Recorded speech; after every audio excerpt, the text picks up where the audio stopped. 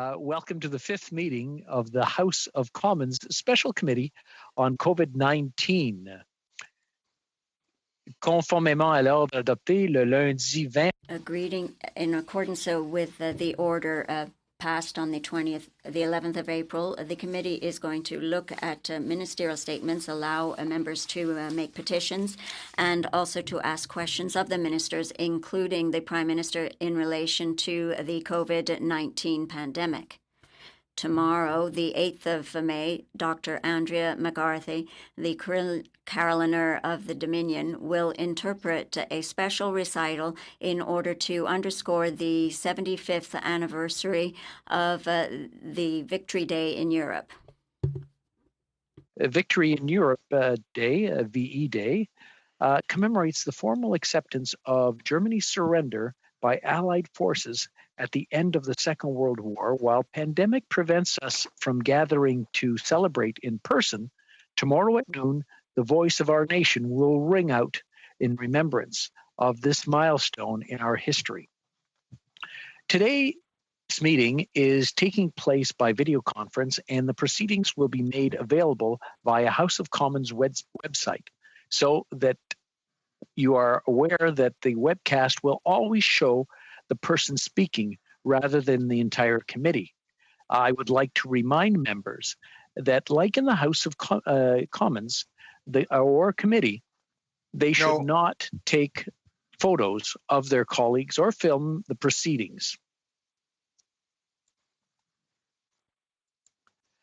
Afin de faciliter, in order to facilitate the work of the interpreters and to have the meeting unfold without difficulty, I would ask you to follow a few interpretation bits of advice. First of all, interpretation will take place, as it usually does, in committee meetings and at the House. On the lower part of your screen, you can choose floor, English, or French.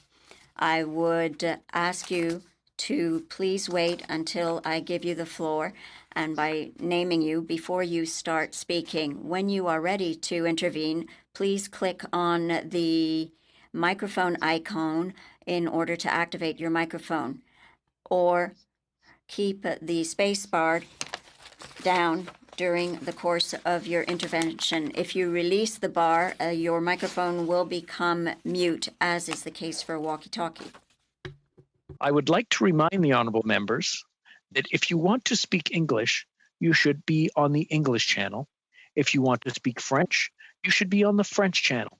And should you wish to alternate between the two languages, you should change the channel to the language that you are speaking each time you switch languages. Please direct your remarks through the chair. Should members need to request the floor outside their designated speaking time, they should activate their mic and state it on a point of order. Si un membre souhaite intervenir, if a member wishes to intervene on a point of order that has been made by another member, they should use the raised hand function in order to indicate to the chair his or her intention to speak. In order to do so, you should click on Participants at the bottom of the screen. When the list pops up, you will see next to your name the option that you can click Raise Hand. Please speak slowly and clearly at all times. When you are not speaking, your mic should be on mute, and the use of headsets is strongly encouraged. Technical challenges. Whoops. You have to remember to switch languages. Should any technical challenges arise, for example, in relation to interpretation, please advise the chair immediately by raising a point of order, and the technical team will work on resolving them. And please note that we may need to suspend during these times in order to correct. It's click it started now. But now I will be there. That means I will be I there. want to remind the honorable members to mute their microphones. Okay. If you get accidentally disconnected, Please try to rejoin the meeting with the information you used to join initially. If you are unable to rejoin, please contact our technical support team. Before we get started, please note that in the top right-hand corner of your screen is a button that you can use to change views. Speaker view allows you to focus on the person currently speaking. Gallery view allows you to see larger number of participants. You can click through the multiple pages in the gallery to see who is on and how many more participants there are. We will now proceed to ministerial announcements. So I understand that there are no ministerial announcements today, and we'll be now be proceeding to petitions. Now we will now proceed and petitions for a period not exceeding 15 minutes. I would like to remind members that any petition presented during the meeting of the special committee must have already been certified by the clerk of petitions. In addition, to ensure a petition is considered properly presented, the certificate of the petition and each page of the petition for a petition certified in a previous parliament should be emailed to the committee no later than 6 p.m. the day before.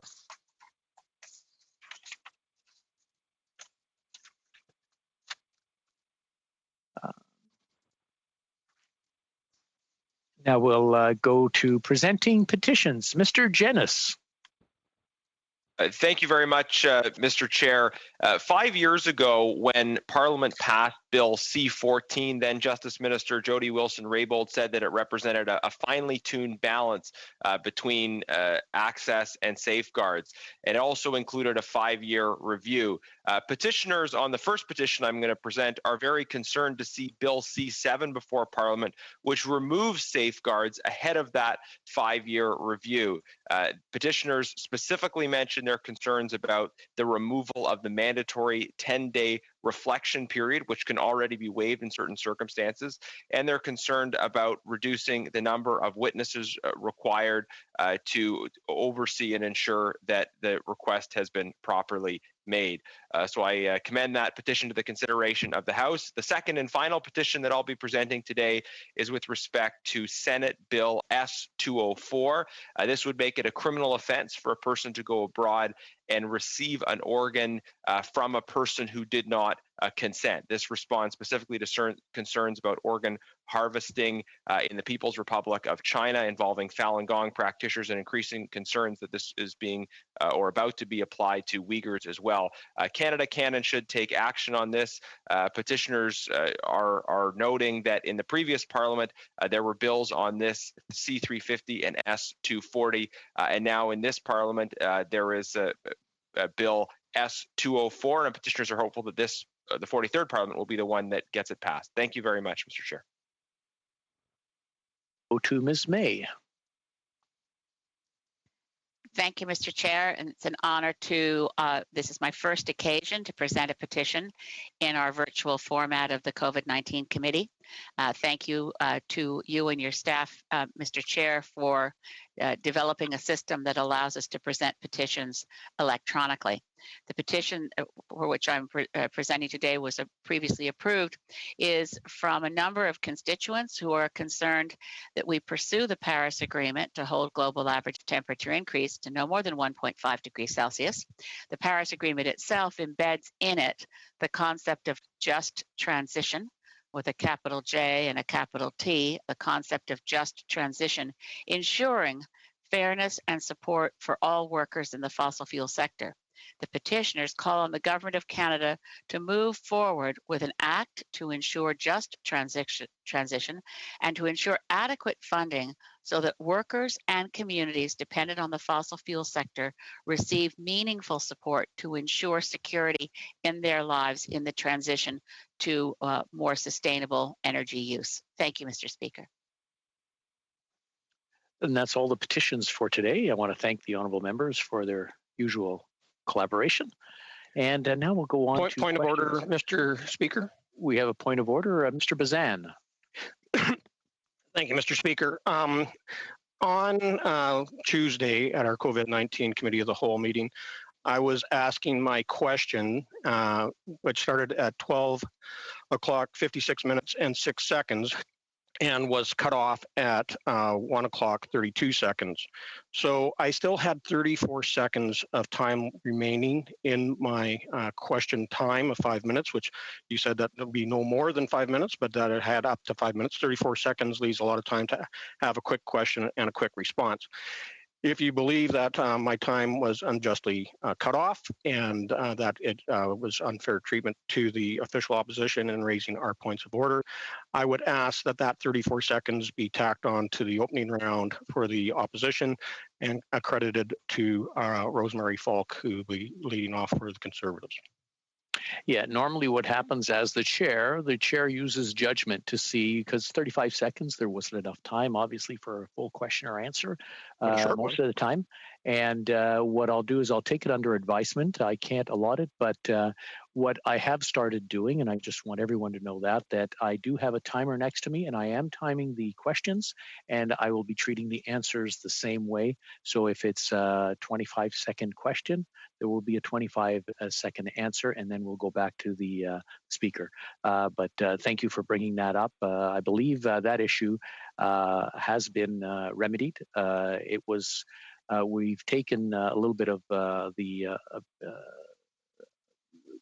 speaker's or the chair's ability to give judgment on it. So what we'll do is it will be from now on. But thank you, I would just ask Mr. Speaker that with 34 seconds, that is a considerable amount of time to do a short question and a short answer.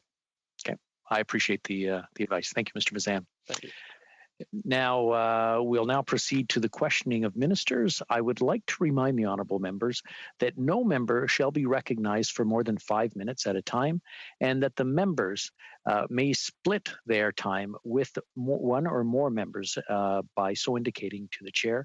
Ministers responding to the question should do so by simply turning on their mic and speaking. Now, our first person is Ms. Falk. We'll let you go ahead. Thank you, Mr. Speaker. Yesterday, Elizabeth May and the leader of the Separatists declared oil to be dead.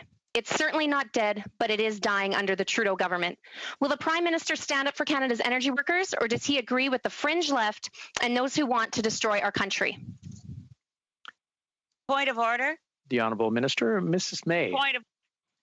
Thank you, Mr. Speaker, but I believe that the language that the honourable member just used is unparliamentary. We can have differences of opinion, but it is absolutely unacceptable and violates my privileges to assert. No, it's not debate. I ask the speaker to rule on that and not the members of the Conservative Party. It is unacceptable to assert that anyone who wants to make a point about our economy is trying to destroy the country.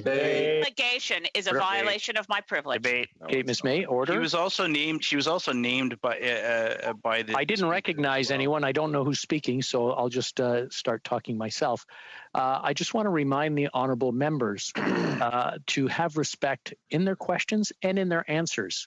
When you refer to someone, please refer to them respectfully. This is a committee of the House, and I would expect no less of the honourable members. We'll go on to the honourable minister who will answer that question. They have 16 seconds.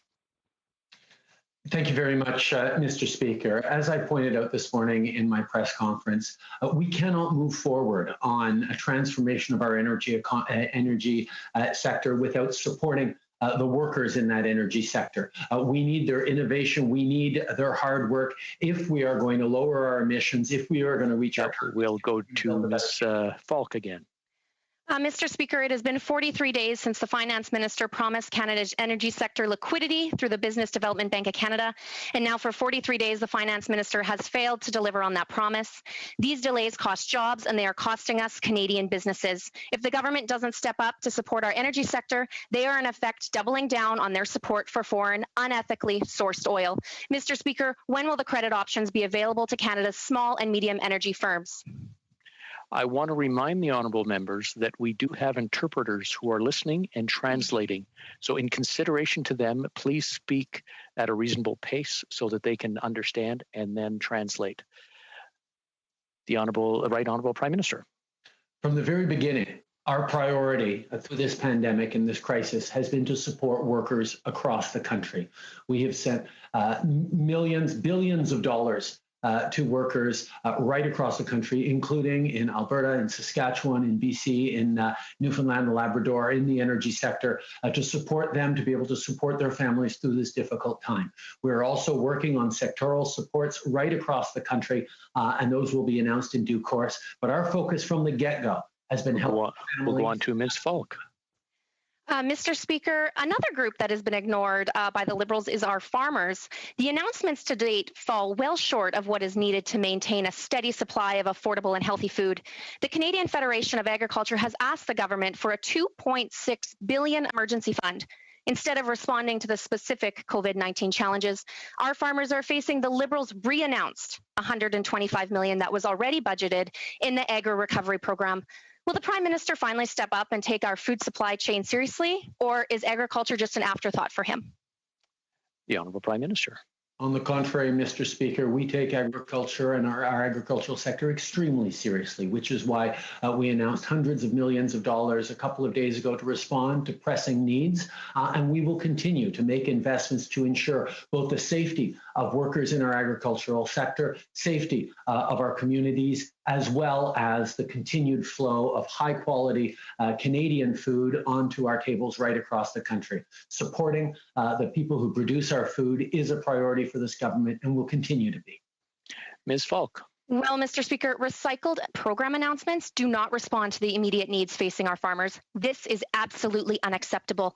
Our farmers are faced with rising operational costs, a disrupted service industry, labor shortages, and a reduced capacity at processing plants.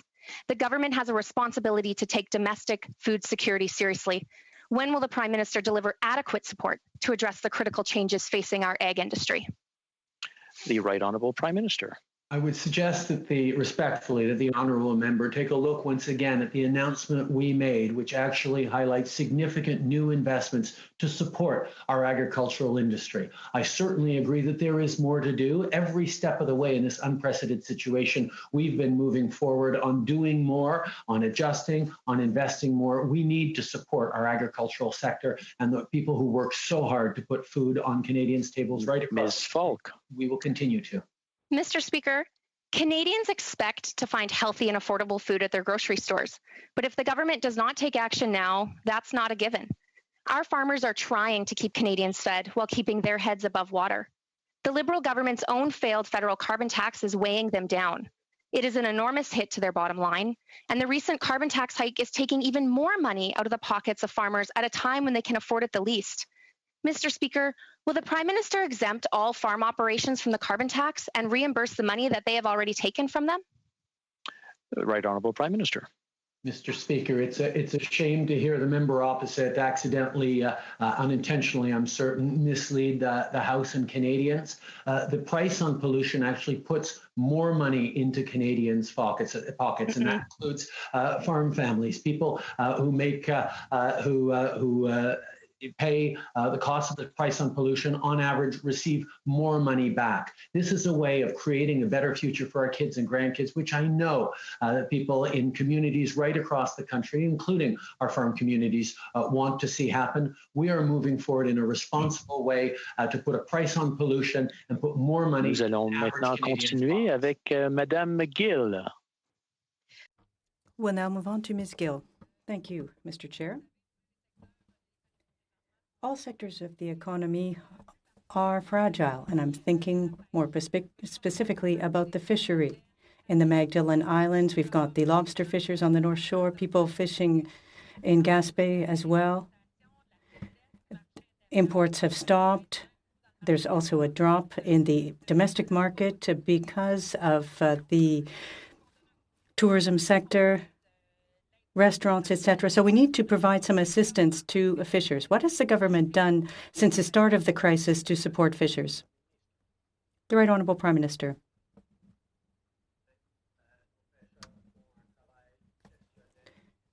Fishers do an exceptional job and are contributing to feeding Canadians and to our exports abroad. This crisis has hit them hard. And that's why we put in place money to support processors. We have made announcements to help fishers. We know that this is an unprecedented situation, a difficult situation. Ms. Gill, I thank the Prime Minister, but in fact what I'm asking for is assistance. He's talking about the $62.5 million for processors that will go to freezing the product. But I'm talking about the people doing the fishing themselves. The economic situation is such that fishers are facing health risks because we know that there are the issues. Physical distancing is difficult for them. So they have additional amounts they need to pay out in order to participate in their regular activities, their fishing activities. But at the same time, they're going to be facing a deficit. Because of the cost of resources, they're going to be running a deficit now. They are essential to the economy, the agricultural economy. Fishers, deckhands, and others, seasonal workers, don't know what the future holds. They don't know how they're going to put food on the table for their families next year. So will you be doing something else in addition to the $62.5 million? Because they've been facing uncertainty for a long time now, and they're very concerned. The Right Honourable Prime Minister. We will be making additional investments to support Canadians in a number of sectors. We recognize that fishers are facing challenges when it comes to physical distancing, the seasonal nature of their work in many cases, and we're going to continue to work with the industry to help fishers with communities in coastal areas so that people can have confidence in their capacity and in their future. It's important for the government to be there for people, and that is exactly what we're going to continue to do. This is an unprecedented crisis. And again, we can see that assistance is required, and we will continue to reach out and to help fishers and the fishing industry. Ms. Gill. It's a difficult crisis. We needed to be there from the outset.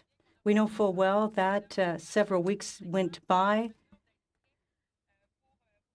They need time to prepare for fishing activities, and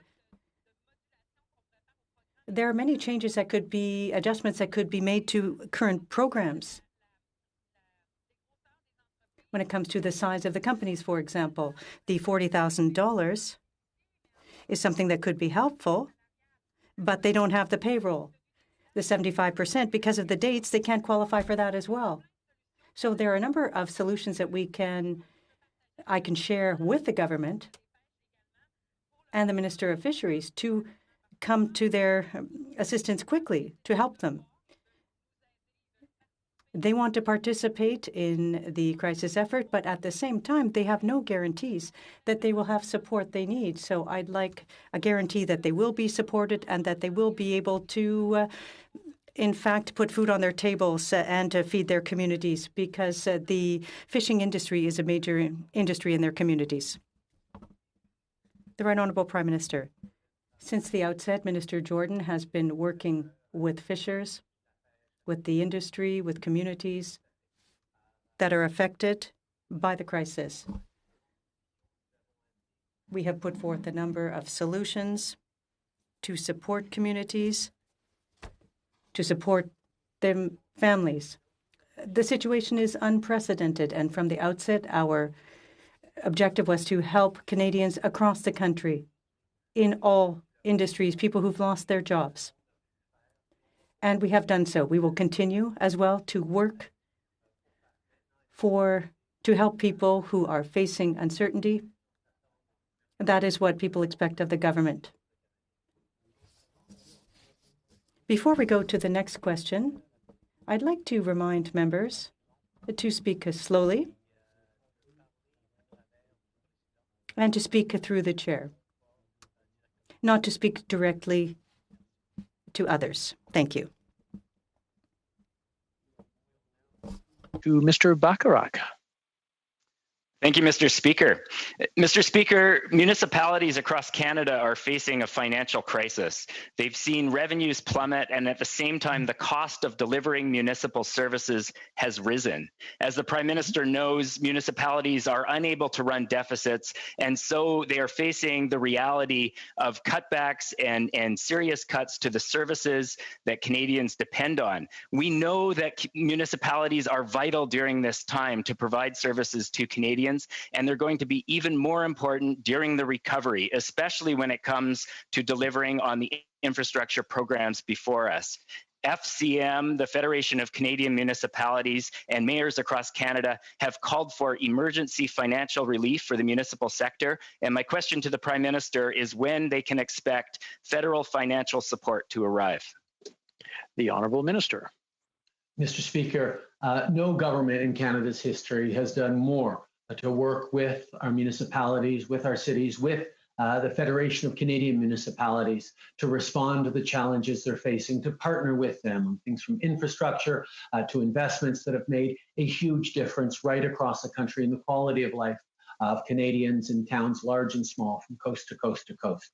But as I'm sure the member well knows, our Constitution requires that most of the funding for municipalities flow through the provinces. And we are working with the provinces as we continue to work with the cities to ensure that we're able to support this order of government that delivers the vast majority of services to Canadians with very little financial means. We know how— We'll go back to Mr. Bacharach now. We will continue. Mr. Speaker, it would seem that the federal government has the fiscal capacity and the responsibility to help municipalities weather this crisis. Transit systems have been hit particularly hard and have seen the bulk of the layoffs in the municipal sector. These transit services carry essential workers to work, whether they're healthcare workers or grocery store workers, janitors, and others. The risk is that we're going to see higher fares to deal with this financial crisis. We're going to see service cutbacks precisely at a time when we want to be expanding transit and improving transit in our communities. Does the Prime Minister acknowledge that the federal government needs to step in and safeguard and protect Canada's transit services? The Right Honourable Prime Minister.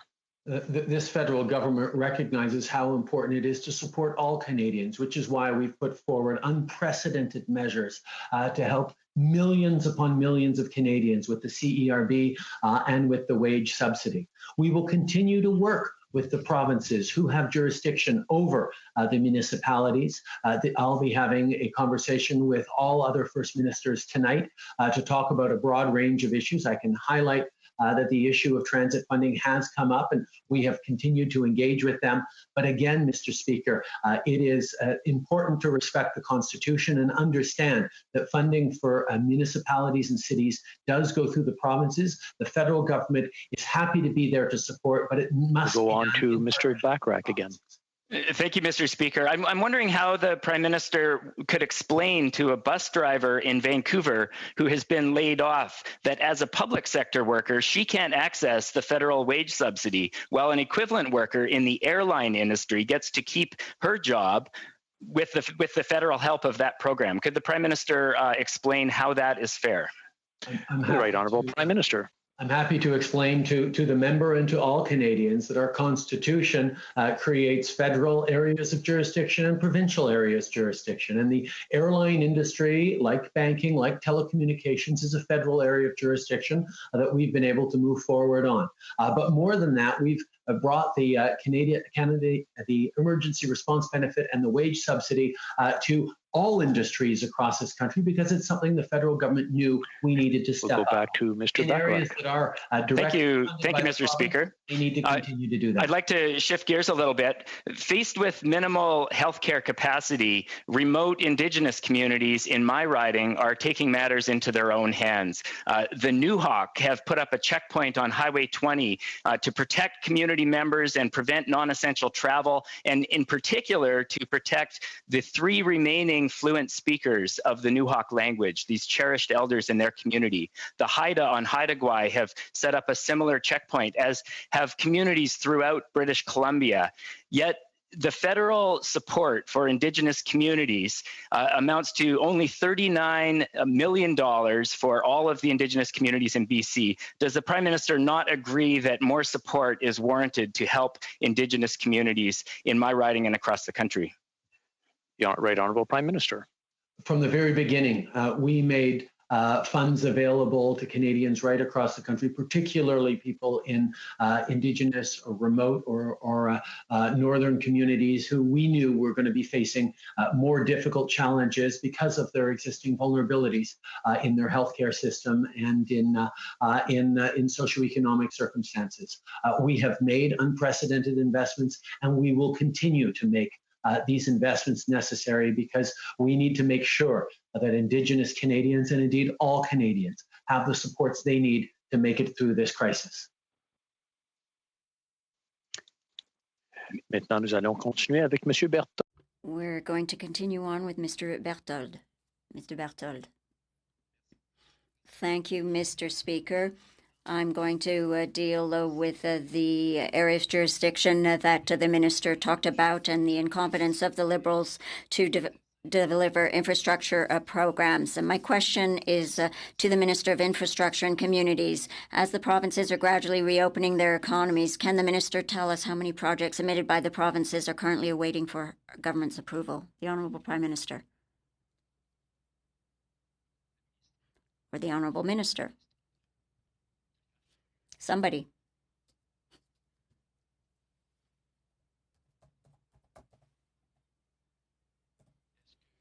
Is there somebody who is on mute, who would like to answer the question?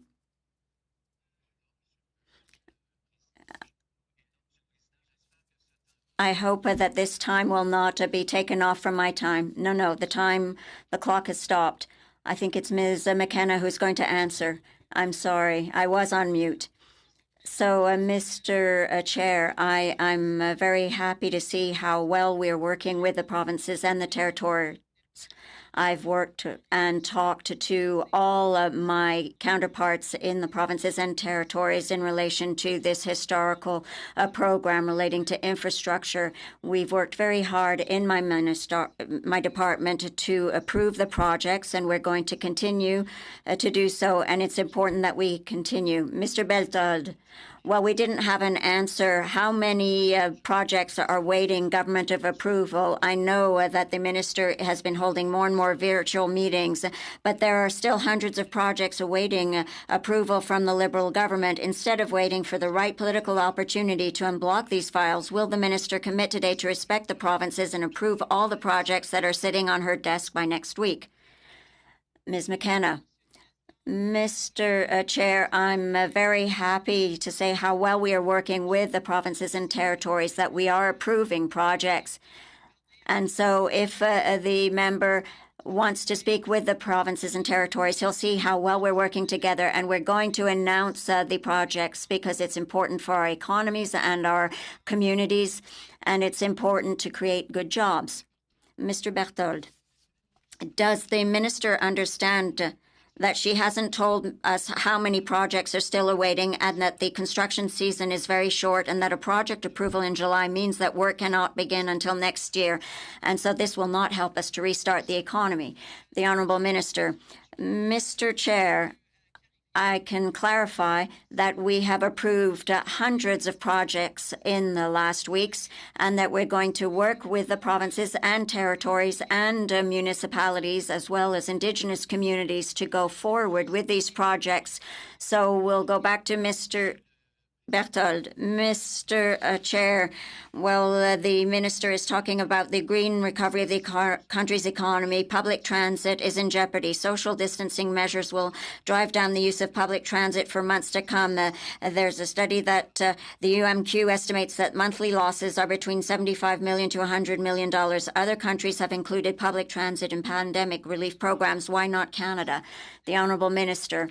Mr. Chair, we recognize how important it is to support public transit. It's important for our economy because there are essential workers who use public transit, and we're working very closely with the municipalities and are listening to them. But as the Prime Minister stated, it's up to the provinces to help.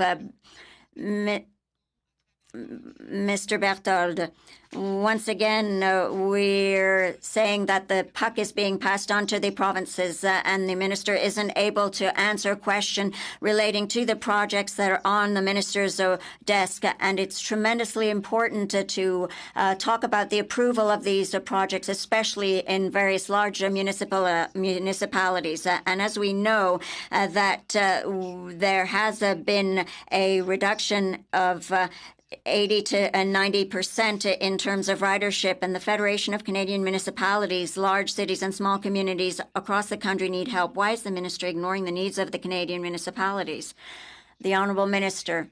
Mr. Chair, I can reassure the Member of Parliament that we're working closely with the municipalities, that we're listening to them to see what their issues are, how we can support them. But of course, we need help from the provinces and the territories. And as concerns the projects that have been approved, I will be happy to provide you with the precise number of all the projects that my department has worked on in the last weeks to approve those projects such that they can go forward. Mr. Chair, is there still time? No, that's it. To Mr. Fast. Thank you, Mr. Speaker. This question is directed to the Minister of Foreign Affairs. On March 28th, he personally tweeted out a thank you to the People's Republic of China for donating PPEs to Canada. This tweet happened within 3 hours of China announcing that gift. Now, as it turned out, many of these PPEs were defective and could not be used. More recently, Taiwan donated 500,000 surgical masks to Canada. And yet here we are, 2 weeks later, and the minister has yet to personally thank Taiwan for its generosity. Will the minister now thank this free and democratic country for its generous gift to Canadians? The Honourable Minister. Mr. Speaker, I'd like to thank my colleague for the question. Indeed, we are very grateful to every nation for helping Canada. This is a global pandemic which knows no border. We have been expressing our thanks to many nations who have contributed. We will continue to do so.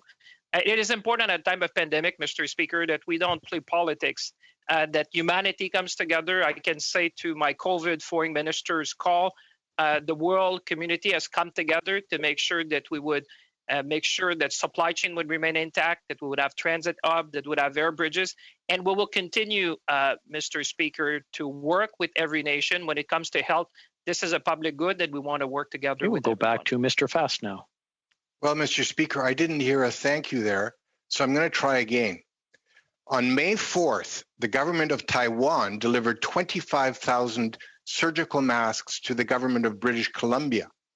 On hand were BC's Minister of Citizen Services, Ann Kang, and Minister of State for Childcare, Katrina Chen, who, as ministers, officially thanked the government of Taiwan for its donation. Again, will the minister now do the right thing and, on behalf of Canadians, recognize the generosity of Taiwan and thank its government for that timely donation? The Honourable Minister. Mr. Speaker, as I said to you before, Canada is grateful to all who have given supplies to Canada. This is a common endeavor. We are thankful. We are grateful to every nation. We will continue to do so. Like I said, when it comes to global health, when it comes to helping each other, I think it is a duty for all to come together. And we are grateful and thankful for all those who have agreed to help Canada and Canadians from coast to coast to coast in times of need. And I've repeated that, and I've said that many times in many fora, Mr. Speaker, that we are grateful and thankful to all of those who are helping Canada. Mr. Fast. Well, no specific thank you to Taiwan again. The government of Taiwan has been the world leader in successfully fighting the COVID-19 pandemic, and we have a lot to learn from them and their response. Sadly, the People's Republic of China continues to oppose Taiwan's membership in the World Health Organization. Will the minister now do the right thing and assure Canadians that he will fully support efforts to grant Taiwan membership in the World Health Organization? The Honourable Minister. Mr. Speaker, I'd like to thank the member. As a former trade minister, he's very well aware of Canada's One China policy.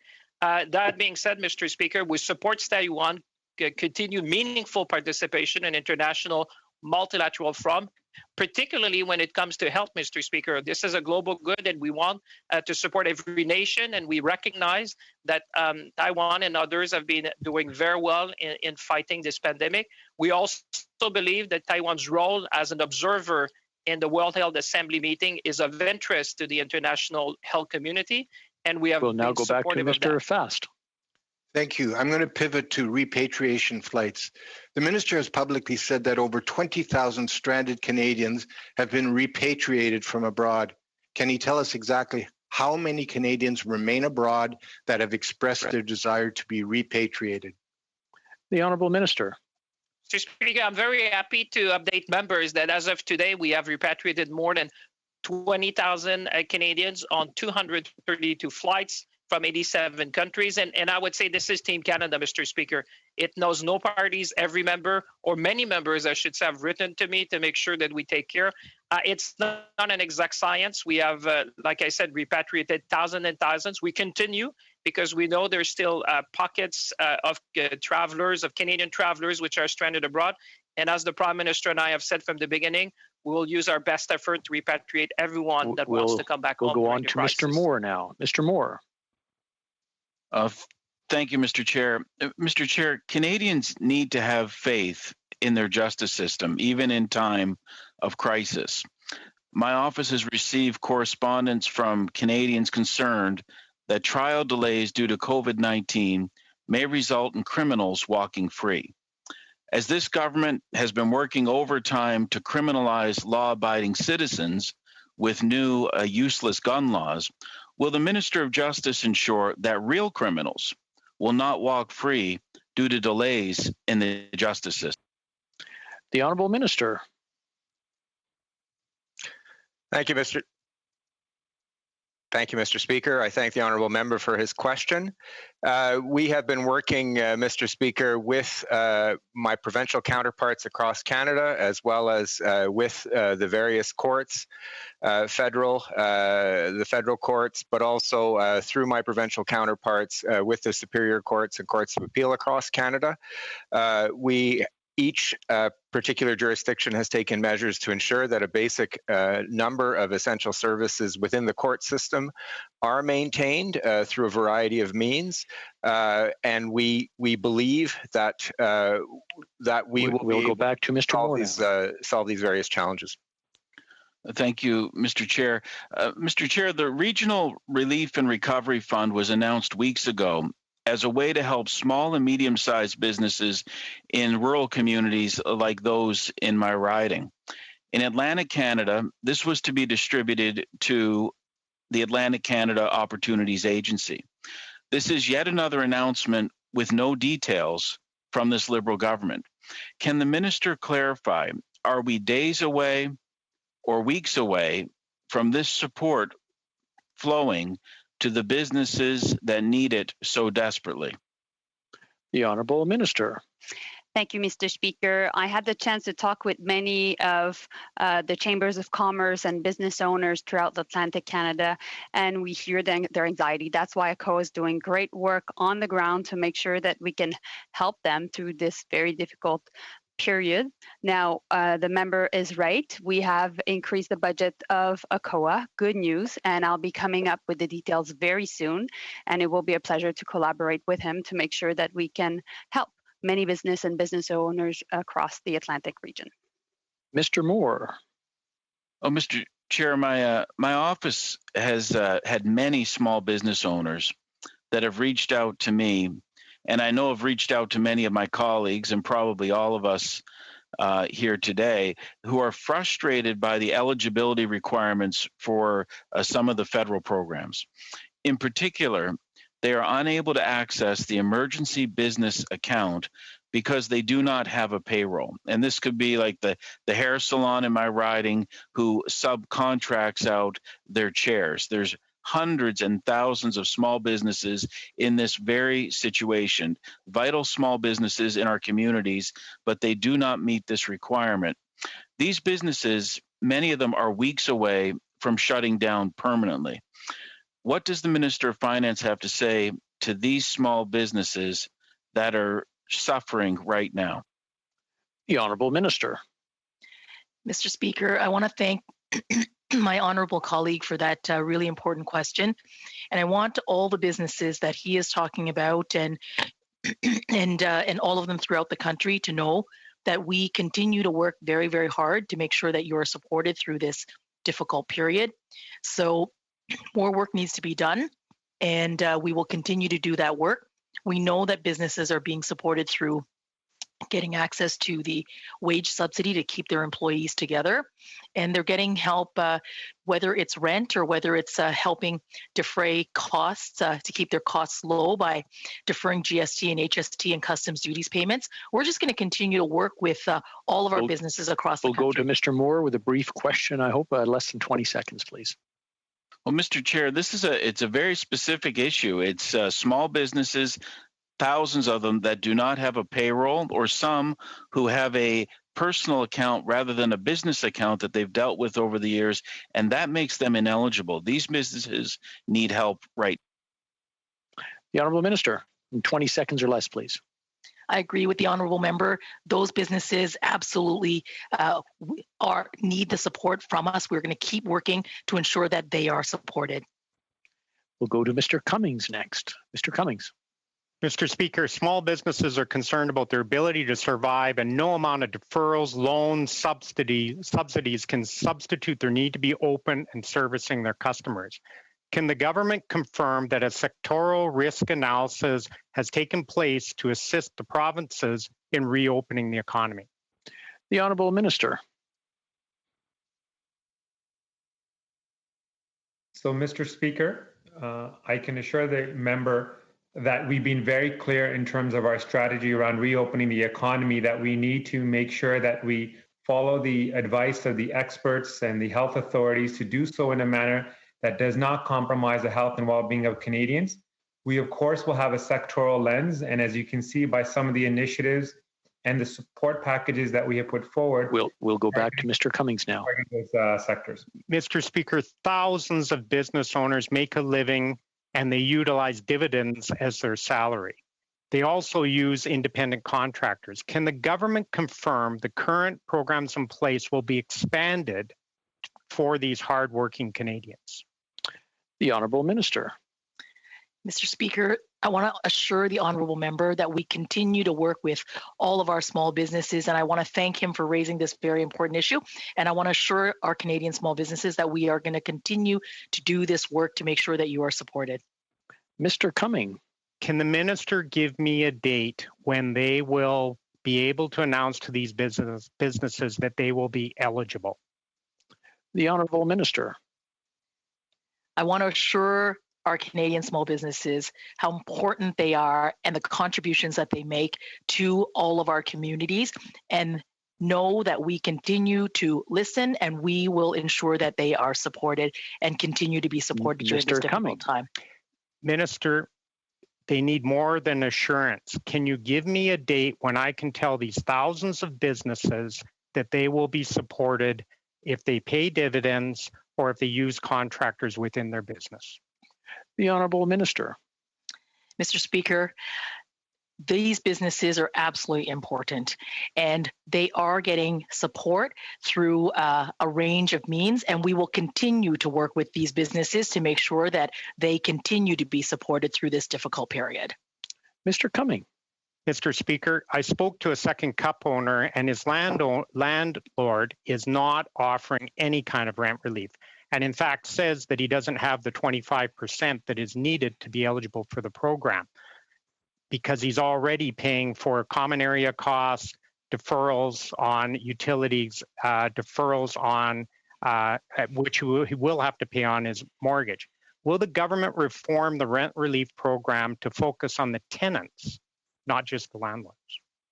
The Honourable Minister. Mr. Speaker, I want to thank the member for the question and let him know that we are working to make sure that the details of the emergency program for rent are out there so that both tenants and landlords can understand the situation. We're seeing a significant number of both landlords and tenants come forward to register for this program. And we are convinced that it will be in the best interests of landlords to move forward and give tenants this relief. Mr. Cumming. Mr. Speaker, though we've been hearing from small business owners that their landlords don't find the government's rent relief program appealing enough, can the government confirm with that low eligibility rate that the program will be expanded and be more efficient in helping tenants? The Honourable Minister. Mr. Speaker, again, I want to thank the member for his question. We recognize that it's critically important that all the details of this program are out there for landlords and tenants to understand. Those details are being worked on right now. This is a program that we've put out within the last week. We are confident that it's in the best interest of tenants and landlords. Mr. Speaker, during this trying times for small businesses, they need all the help they can get. Well, now, one easy way to do that would expand the Canadian Summer Jobs Program to businesses with over 50 employees. Will the government consider doing so to allow students to gain that very valuable work experience over the coming months? The Honourable Minister. Mr. Speaker, I thank the honourable member for his question. We are very excited about the uptake of Canada Summer Jobs this year. The second uptake provided employers across the country to add their needs for students to the mix. And I'm looking very forward in the coming days to announcing possible expansions of this program. The next question session will go to Mr. Dowdall. Mr. Dowdall. Thank you, Mr. Chair. During this pandemic, the government has consistently called for a Team Canada nonpartisan approach, and I was glad to hear that a little bit earlier today. And in fact, the public has called for that approach as well. But you know what? At the same time, the current government goes and uses a parliamentary backdoor to launch a poorly thought out gun ban. So my question is this. We have a government that didn't win the popular vote, and I'm just wondering how I explain to my residents, I'm getting so many calls, how do I explain that this is not a bloated, because quite frankly, it is. The Honourable Minister. Well, first of all, Mr. Speaker, I think the honourable member can explain to his constituents that the regulations, the forming of regulations to order in council is actually the process prescribed in law in Canada under Section 117.15 of the Criminal Code. And I would also invite the member to advise his constituents that way back in 1991, when there were some conservatives that called themselves progressive, the Mulroney government brought forward in Bill C-17 the authority under that section for an order in council to prescribe specific makes, models, and variants of military firearms as prohibited or restricted. The Harper government will go back to Mr. Dowdall. Okay, I'm not sure if I'll get an honest answer on this, but I'm hoping from the minister that has everything from rocket launchers to basically toy guns on the ban list here. But I'm just wondering quickly, when will we get the cost of this buyback program? I just want to remind the honourable members in their language, please be careful when you're referring to others. I won't comment on this one particularly, but I want all of you to be very, very careful when referring to other members.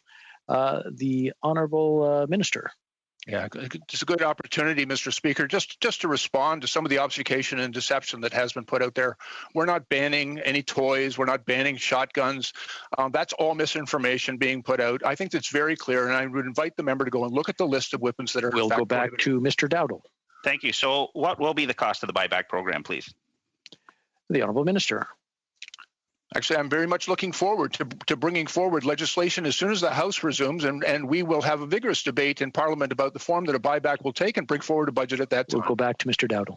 And will those with illegal weapons be eligible for the buyback program? The Honourable Minister. People are illegally in possession of the weapons. They're committing a crime, and they'll be dealt with as for the crimes they commit. Mr. Dowdall. Okay, I'm going to switch it over. Canadians in my riding who suffer from cystic fibrosis are amongst the most vulnerable to COVID-19 infection. So while these Canadians with existing lung conditions are incredibly worried about a virus which attacks your ability to breathe, the good news is that there are life-saving medicines for those with CF. The problem is with the Patented Medicine Price Review Board and its restrictive guidelines. If and when will the government correct these guidelines and give access to life-saving medicines for our most vulnerable? Back when some conservatives.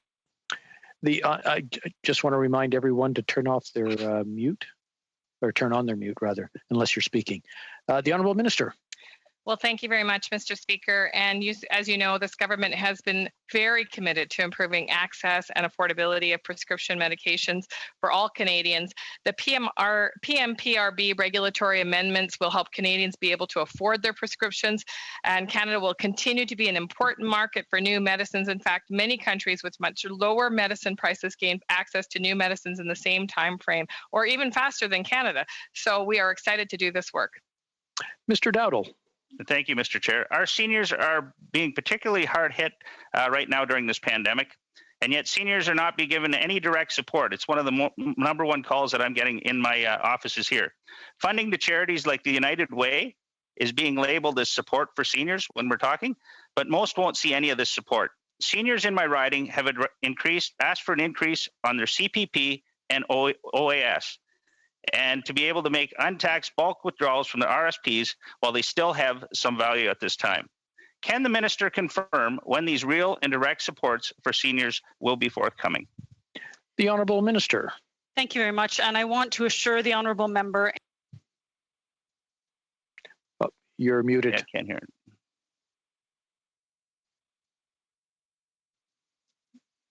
No, you're still muted. No, I have turned that off and then it goes back on again. My apologies for that. It happened last time as well. I want to assure the honourable member and Canadians that our government has been working extremely hard on how best to support and serve seniors during this pandemic. And he mentioned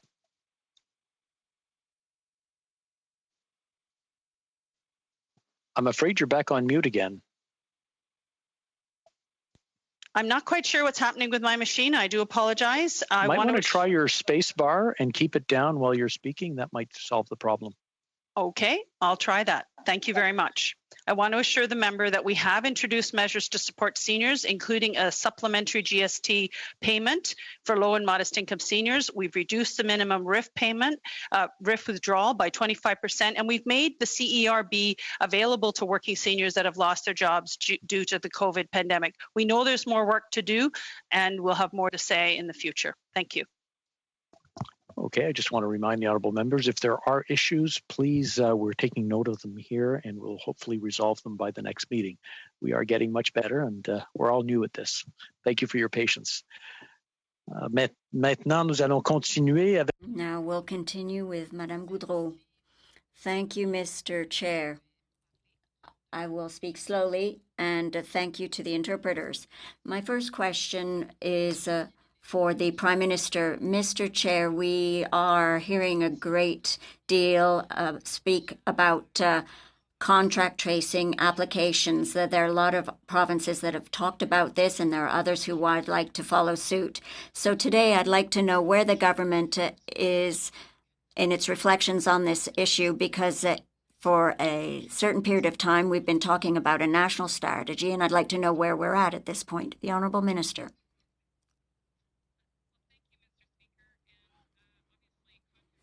An important part of managing any outbreak. In fact, we have been looking at a number of ways to support increased contact tracing across the country, including working with provinces and territories to boost their capacity through human resources and volunteer organizations, working very closely with them to make sure that we have the capacity. The member is right. Many other countries have used digital contact tracing apps. Anything that we put forward as a digital tool to assist with contact tracing would be thoroughly considerate of Canadians' privacy rights. Madame Gaudreau. Madame Gaudreau. Thank you very much.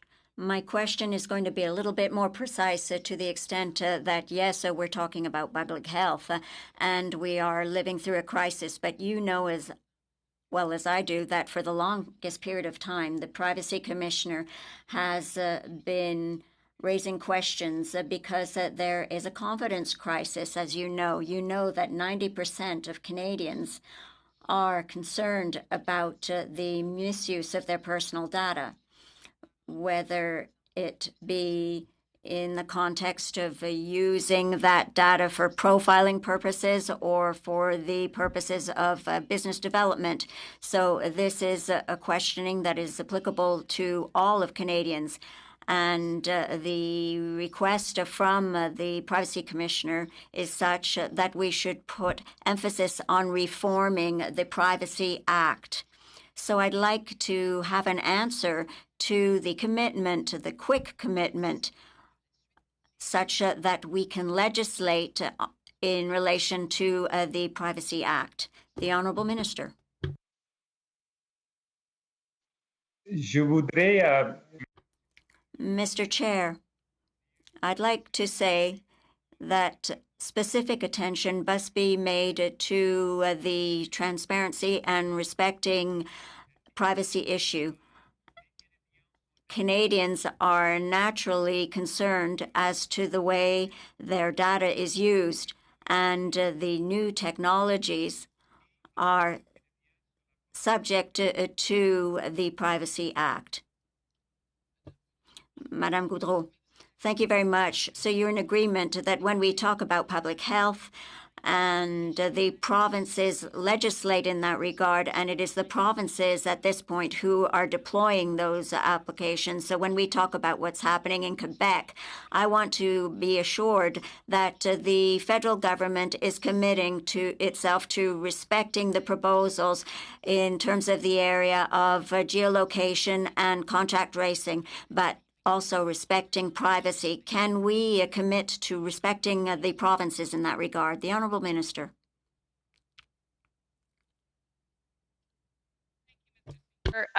We have worked very closely with provinces and territories ever since, well, for a long time before the outbreak, but certainly ever since the outbreak. And we respect the rights of jurisdictional authorities to use tools that have been properly vetted through their own provincial and territorial legislation. Nothing that we would ever do at the federal level would put Canadians' privacy in jeopardy. Madame Gaudreau. Madame Goudreau, well, when we talk about privacy, yes, when we see that there are 30 million Quebecers and Canadians who have been victims of a leak of their personal data, how is it then that our laws are not appropriate in order to allow us to bring about legislation that includes monetary restrictions and sanctions that would allow us to go a little bit further. So the fundamental basis is to be concerned about our fundamental rights. And it's been several years that the Commissioner has been asking for progress to be made. And as a spokesperson for privacy, I would like to hear of a federal commitment to look at this issue in terms of the Privacy Acts and not only what the provinces are doing. The Minister for 30 seconds, please. Thank you very much for your question. Our government will ensure that Canadians' private life will be respected and will support responsible development of technologies in a reasonable way to apply the legislation. That's why we've introduced a digital charter, and we are strengthening legislation in terms of privacy in order to take up the needs of the digital age. We'll now go to Mr. Baker. Mr. Baker. Thank you very much, Mr. Speaker, and I'll be sharing my time with the Member of Parliament from Alpec. Mr. Speaker, my question is to the Minister of Seniors. Minister, in my riding of Etobicoke Centre, we are mourning the loss of 40 residents to COVID-19 at the Eatonville Long-Term Care Centre. Over 143 residents and 88 staff members have now tested positive for the virus. This tragedy is not only taking place in Etobicoke Centre, it's taking place across Canada. 79% of all Canadians who have died from COVID-19 were living in long-term care homes. That's over 2,000 seniors. This is a catastrophe, and it's frankly unacceptable. Our seniors and their families deserve better. I understand that long-term care homes fall within the jurisdiction of provincial governments in Canada, but this is a crisis. So what is the federal government doing right now to help protect our seniors who are living in long-term care homes from COVID-19? And what will we do to reform our long-term care homes in the future to ensure that our seniors in Etobicoke Centre and across Canada get the care that they deserve. The Honourable Minister. Thank you very much, Mr. Speaker, and thank you to my colleague from Etobicoke Centre for his very thoughtful question. We are deeply concerned by the outbreaks of COVID-19 in long-term care facilities, and our thoughts are with those that have lost a loved one. It's a very difficult time. As my colleague mentioned, while these facilities are regulated by provinces and territories, we have been focused on protecting the health and safety of long-term care residents and staff while working with our partners in a Team Canada approach. We've released guidelines to prevent and control COVID-19 infections. We're working with the provinces and territories to cost share a temporary salary top-up for long-term care workers. We are working through and investing $2 billion to secure personal protective equipment for the health of workers, including those in the long-term care homes. And we've deployed Canadian Armed Forces that have been deployed to assist 25 long-term care homes in Quebec and Ontario. We all have a role to play to stop the spread of COVID-19 and to protect our seniors and caregivers. Thank you very much, Mr. Speaker. We'll now go to Mr. Easter. Thank you, Mr. Chair. At Finance Committee, we've heard a lot of concerns from all sectors of the economy as a result of COVID-19. And indeed, we've been presented with quite a number of possible solutions as well, several of which the government has acted upon. My question really is on the support offered to the agri-food sector announced on Tuesday. It is very welcome support, but I sincerely believe the farm sector will be taking the Prime Minister up on a suggestion that $250 million be seen as an initial investment. Potatoes are the #1 commodity in Prince Edward Island. However, as a result of reduced processor contracts for next year, plus canceled seed contracts, millions of dollars of seed and processing potatoes have no home. To make matters worse, farmers have high fixed costs that they now have to spread over fewer acres. How does the minister see Tuesday's announcement addressing potato farmers' concerns? And secondly, in 2013, long-term financial safety nets were gutted by the Harper government. Will the minister be coming forward with improved business risk management programs as a result? The Honourable Minister. Thank you, Mr. President. I want to thank Mr. Easter, member of the riding of Malpeque on Prince Edward Island. It's a beautiful rural riding with lots of agriculture production. I want to recognize the hard work of farmers throughout the crisis. Tuesday, I was proud to announce one more step for supporting our producer and processors. We know the importance of our potato farmers, and that's why we are launching a first ever surplus food purchase program, a $50 million fund designed to help redistribute existing inventories, such as potatoes, to local food organizations. On financial safety net that we have in place for our farmers, called the Business Risk Management Programs, we announced up to $125 million in funding through agri-recovery and made changes to agri-stability that will help producers quickly. I will continue to discuss with my provincial counterparts to enhance and improve the BRM programs.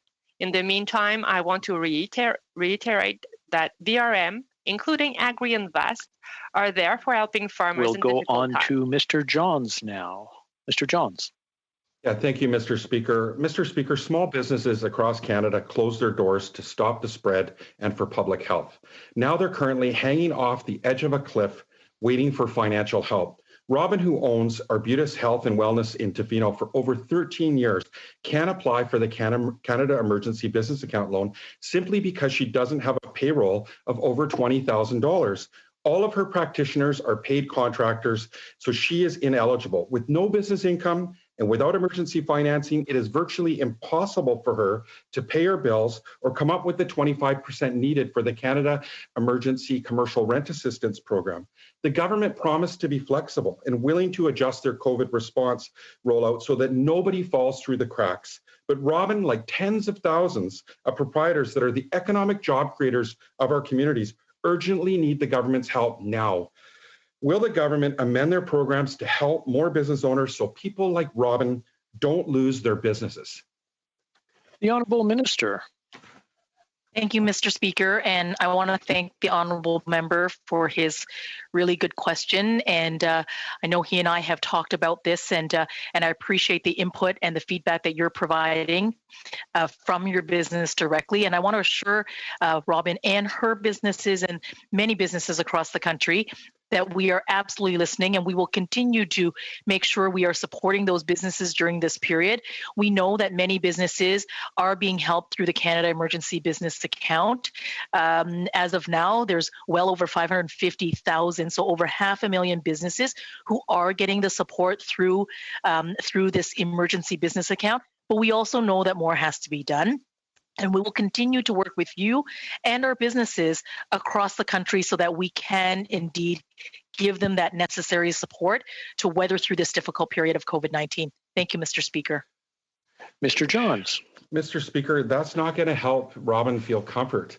I was talking to Heather last night, who also owns a business in Tofino, Basic Goodness Pizzeria, with her partner Marco. Like many proprietors and family businesses who aren't on payroll, they don't qualify for the business loans. They don't qualify for the wage subsidy because they're a seasonal business. And now with the new rollout of the rent support, they're not sure if their landlord is willing to play ball and even apply. That's 3 separate programs that leave them out.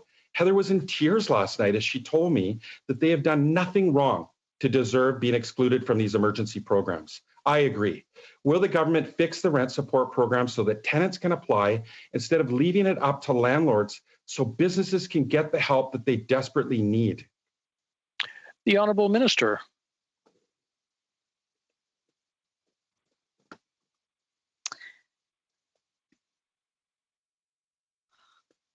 I can't go on to unmute. Nope, you're on. Mr. Speaker, I want to thank the honourable member for his question. And as we've been working on this program since the beginning, we've been working on offering a response for small businesses, for charities and nonprofit organizations. And we are continuing to listen on the ground on how we can better assist the businesses that fall through the cracks. And we will continue to do that as we go along in this emergency situation. Thank you very much to the honourable member for sharing the realities of his members. We'll go on to Mr. Johns, please. Mr. Speaker, when the government rolled out their commercial rent support program, why didn't they negotiate an eviction moratorium with the provinces like Australia did in other countries to protect business owners? The Honourable Minister.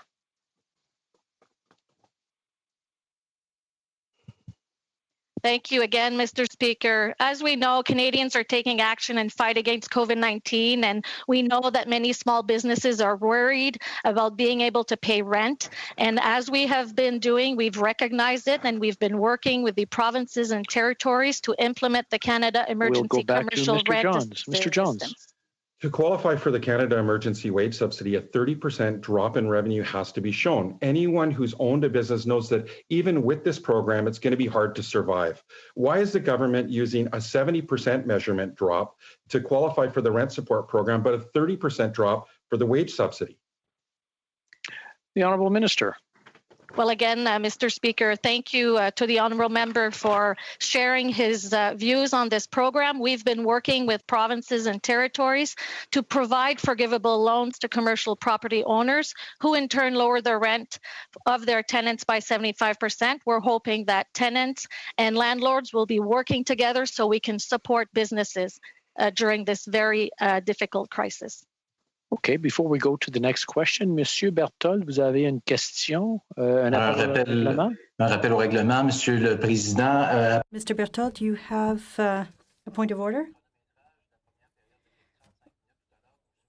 Remember at the beginning, we were calculating the timing, and it was really long. I looked and this is 4 minutes.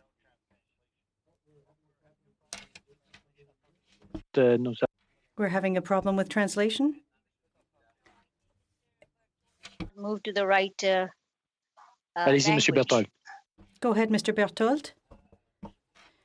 Well, if you recall, at the start, it took some 50 seconds before a government minister answered my question.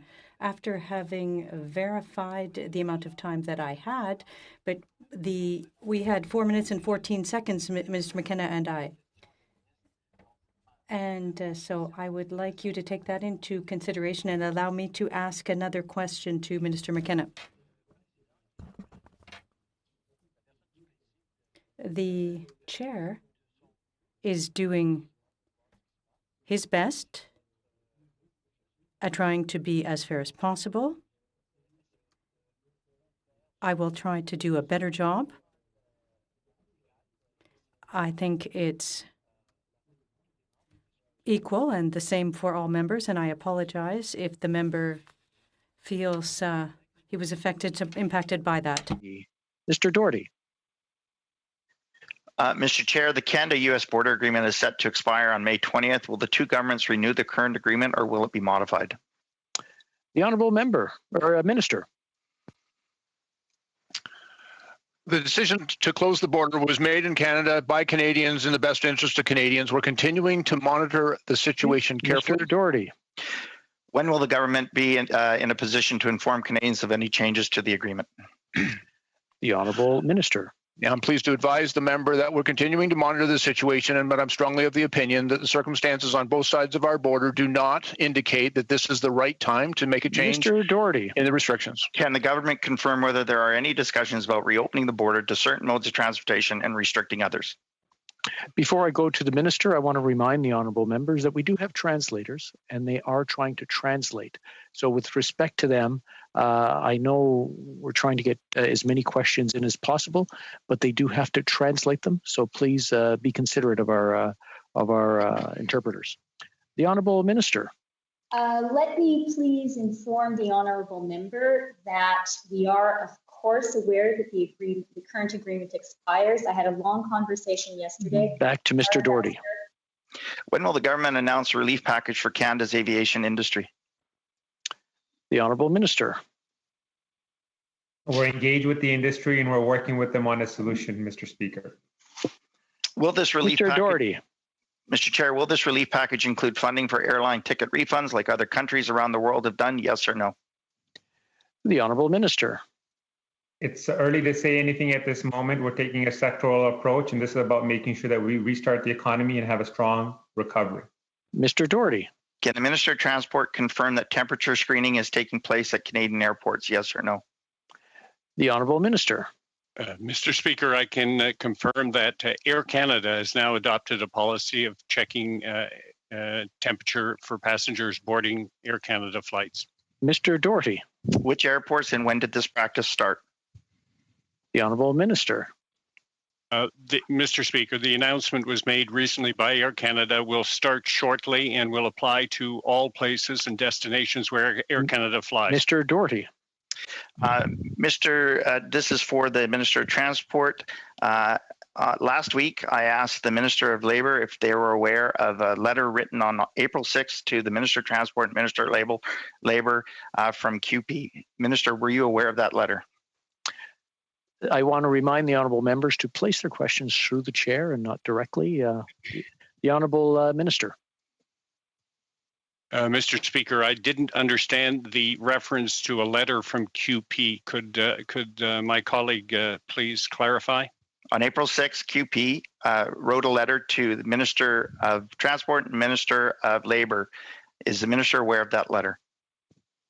The honourable minister. He's on mute. Excuse me, Mr. Speaker, could my colleague clarify what QP is referring to? QP is the labor organization that represents thousands of flight attendants across our country.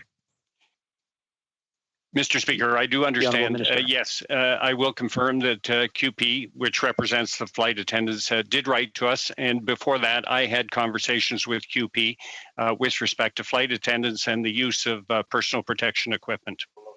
Mr. Doherty. Can the minister confirm whether or not they have provided PPE to the flight attendants and or training for frontline staff for airlines and airports? The honourable minister. Mr. Speaker, the airlines are providing PPE to flight attendants and flight crews, and this has become a policy to ensure the safety not only of passengers on board, but also the flight attendants and flight crew.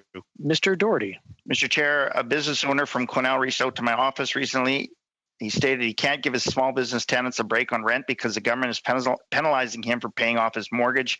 When will the government change the CECRA rules to help more businesses? The Honourable Minister. Thank you, Mr. Speaker. As you know, we have just laid out last week the CECRA program, and we are encouraging landlords to take that opportunity to support the renters, and we will continue to look at how we can provide some relief to small businesses with rent. Mr. Doherty. With all due respect, Mr. Chair, any landlord that does not have a mortgage on their business is ineligible for CECRA. Is the minister aware of this, and are they trying to revise the CECRA program? The Honourable Minister.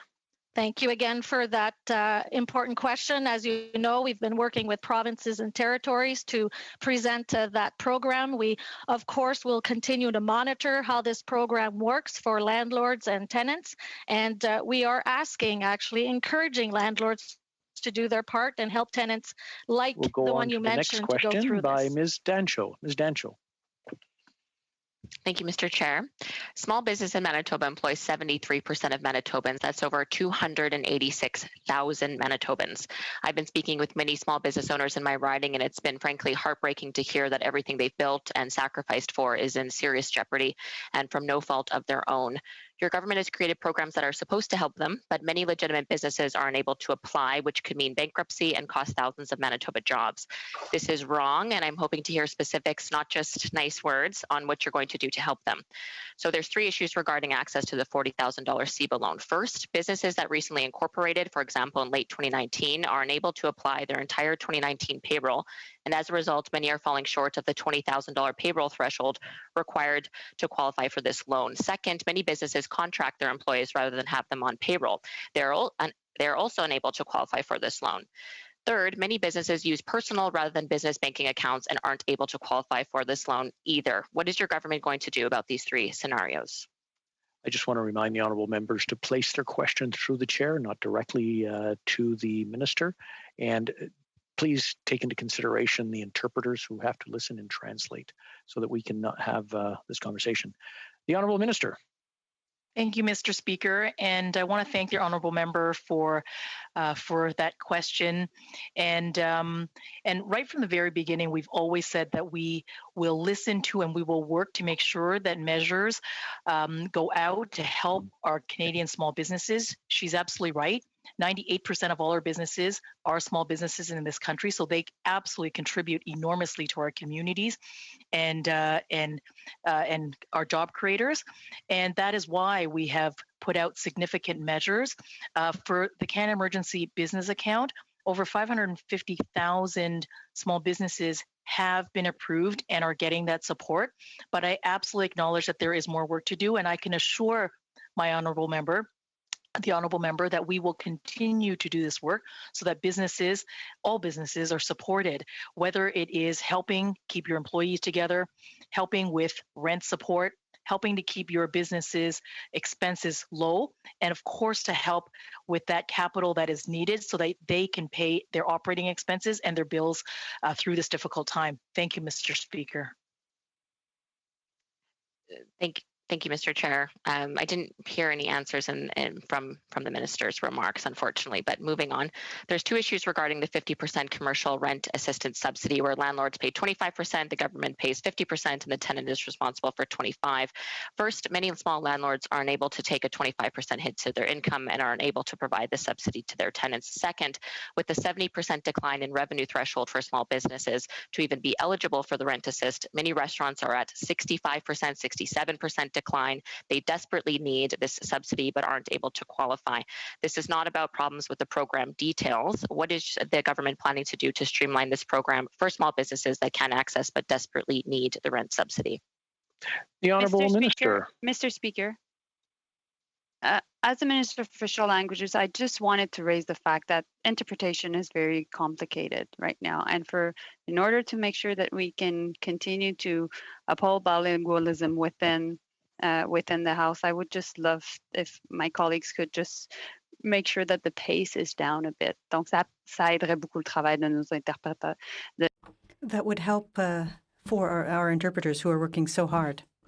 That's a reasonable request. I just want to remind everyone again that when they're asking the question, to make sure that they're doing it at a pace which you're considering the people who are interpreting. Mr. Chair, Mr. Chair, this is just how fast I speak when we're in the House of Commons. I understand. I have a lot of friends that I have a lot of friends who speak very quickly. I understand. And, so if we can just get back to my question about the rent subsidy. We've stopped the time. You're not losing any time on this one.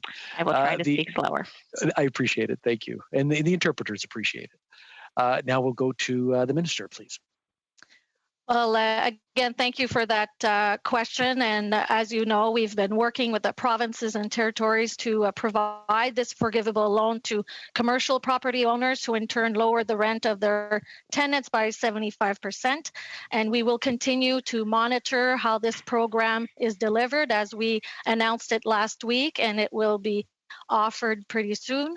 So it will be very important that we understand what happens across the country, and we will monitor and adapt the program as we Mr. Chair, this has been in the media quite a bit, that this rent subsidy is not helping many small business owners. This is falling short of everything that was announced. So I think it needs to be taken a bit more seriously than that. There's two issues regarding the 75% wage subsidy. First, employers who pay themselves and their employees dividends rather than wages, they are unable to qualify. Second, there is also a 30% threshold of revenue decline needed in order to apply. Many of my businesses in my riding are at 27, 29%. They desperately need these funds but are unable to qualify. What is the government planning to do for these small businesses? The Honourable Minister. Again, thank you for the Honourable Member for sharing the realities she's hearing from small businesses. We are providing help and support for businesses through these very difficult times. The wage subsidy has been taken and it is working for many businesses. We know that still some fall through the cracks, and we will look at how we can continue to support businesses across the country. We are now going to Mr. Kevin Wall. Thank you, Madam Chair.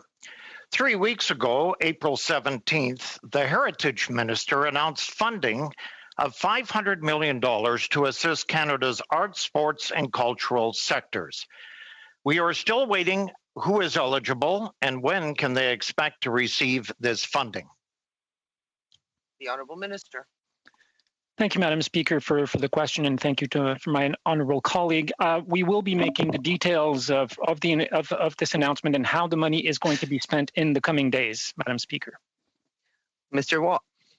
While many media organizations, large and small in Canada, we all know they're struggling right now, there's been allegations arisen that the Canadian Broadcasting Corporation, CBC, is currently engaging in predatory behavior and taking advantage of the current situation to actually harm their competitors, rate cuts. And we've seen this from the province of Quebec. Many journalists have talked about this. So what is the government going to do to address these allegations against the CBC? The Honourable Minister. Thank you, Mr. Speaker. These allegations have not, we have not been informed of these allegations. We will look into this, and we will get back to the honourable colleague if we do find any valuable information. Mr. Watt.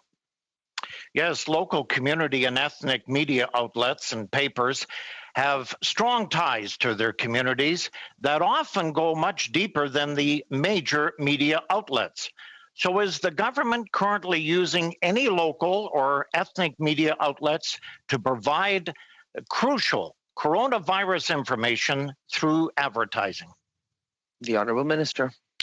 Madam Speaker, I would totally agree with my colleague. We need to get the information to Canadians on COVID-19, which is why we have started an ad buy campaign of $30 million, which has been distributed in more than 900 newspapers, local, regional, national newspapers across the country, 500 radio and TV stations in 12 different languages, including Farsi, Mandarin, Spanish, Italian, and many more, Madam Speaker. Mr. Watt. Well, Mr. Minister, I talked to the Winnipeg Free Press yesterday. They've received 2 ads from the ad agency in connection with the $30 million that the government is doling out to help media outlets. They had one ad on March 27th. The second ad was on April the 11th. That is 2 ads in the Winnipeg Free Press in the last 8 weeks. Is this the kind of money that you're attempting to dole out to help media? 2 ads in 8 weeks. The Honourable Minister. Thank you again for the question, Madam Speaker. We have been doing a number of things for our media in Canada over the last few months, and we will continue to do so.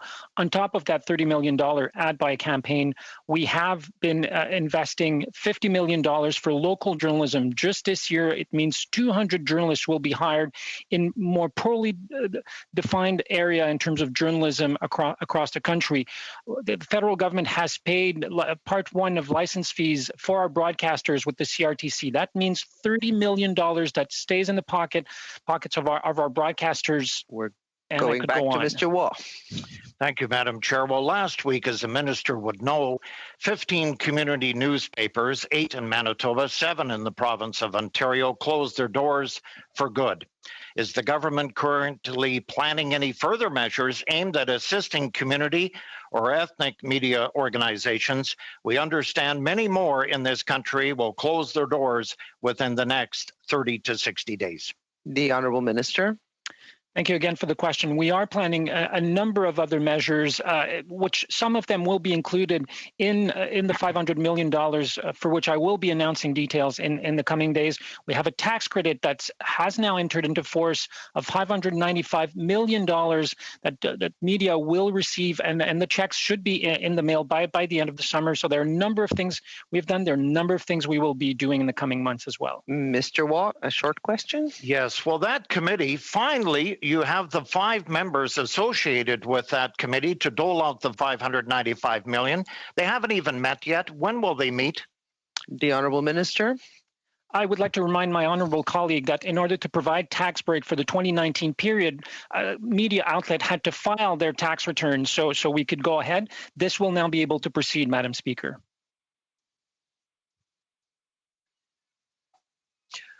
Passons maintenant. We'll now proceed to Mr. Godin. Thank you, Madam Chair, and I'd like to take this opportunity to make my official intervention on this virtual parliament and to say hello to all of my colleagues, and I would ask my colleagues to take care of themselves as well. Madam Chair, I'd like to speak about the fact that the Prime Minister was on the show Tout le monde en parle, where he was talking about the reopening of the economy, and he said that we're going to rely on the economy, on innovation, research and science, the green economy and a more fair economy. These are things that we're all thinking about, and this is something that we have to continue thinking about. That was the answer. It was a hesitant answer, and it wasn't very inspiring. So can this government assure Canadians that it is being proactive, that it is preparing a plan to reopen the economy? This government must act now. We've started the slowing up of lockdown measures, and so is this government going to implement concrete measures to restart our economy? Madam Minister or Mr. Minister?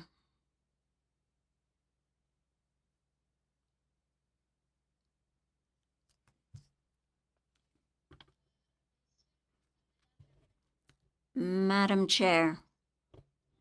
Yes, absolutely. Our government is committed to reopening the economy. There is close collaboration with the provinces. Last week, our government published with the premiers of the provinces and territories the guiding principles that will guide us in reopening the economy throughout Canada. This is tremendously important, and we're going to continue this discussion with the FPT premiers and Prime Minister today. Mr. Godin, before going farther, keeping in line that the minister or the government has taken time to answer, can I have that moment where there was no answer? Yes, the clock was stopped. So I'd like to respond to the Deputy Vice Prime Minister and the fact that the Prime Minister's attendance at Tout le monde en parle was not tremendously inspiring. My question now is in relation to $252 million for the agri-food sector, which represents less than 1% of all the money that's been set aside to help Canadians to get through COVID-19. So this indicates that it is not giving a priority to the supply chain, that it's disregarding agriculture representatives and farmers. And so how can the government do so when this is so vital for the Canadian society? And so how is the minister going to support our Canadian farmers? Madam Minister, I have tremendous respect for our farmers, and we have confirmed various supports for the agricultural sector. This week we were talking about meat and hog producers, as well as processors, as well as those who had surplus amounts of food that we're going to redirect to food banks. So I can reassure my colleague that this is an additional measure and that there's more support that's going to arrive in the weeks ahead. But you have to remember that there are programs that already exist that are available to our producers. Mr. Godin. Thank you, Madam Chair. With regards to another subject, there's a company in Portneuf, in my riding, that has been accredited by Health Canada that is already specialized in producing masks and thermometers that are useful tools for people who are working in the health field. As of the middle of March, they were contacted by Health Canada to assure whether it had the capacity to provide that equipment in relation to COVID-19. It said that it was able to provide 200,000 masks per week and provide up to 1 million in the weeks following. 45 days later, it's still waiting for the first order from the Canadian government. Madam Chair, we are in a crisis management situation. We lack medical equipment. So can the Minister of Health explain why 45 days later, no order has been put forward to this company that's already been accredited by Health Canada? Madam Minister. Merci. Thank you very much for your question. The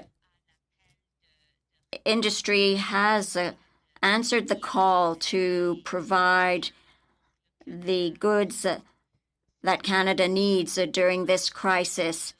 A large number of suppliers who have responded to our call have already received a contract, and we have contacted all the others, and we have negotiated a contract if there was a need for their goods.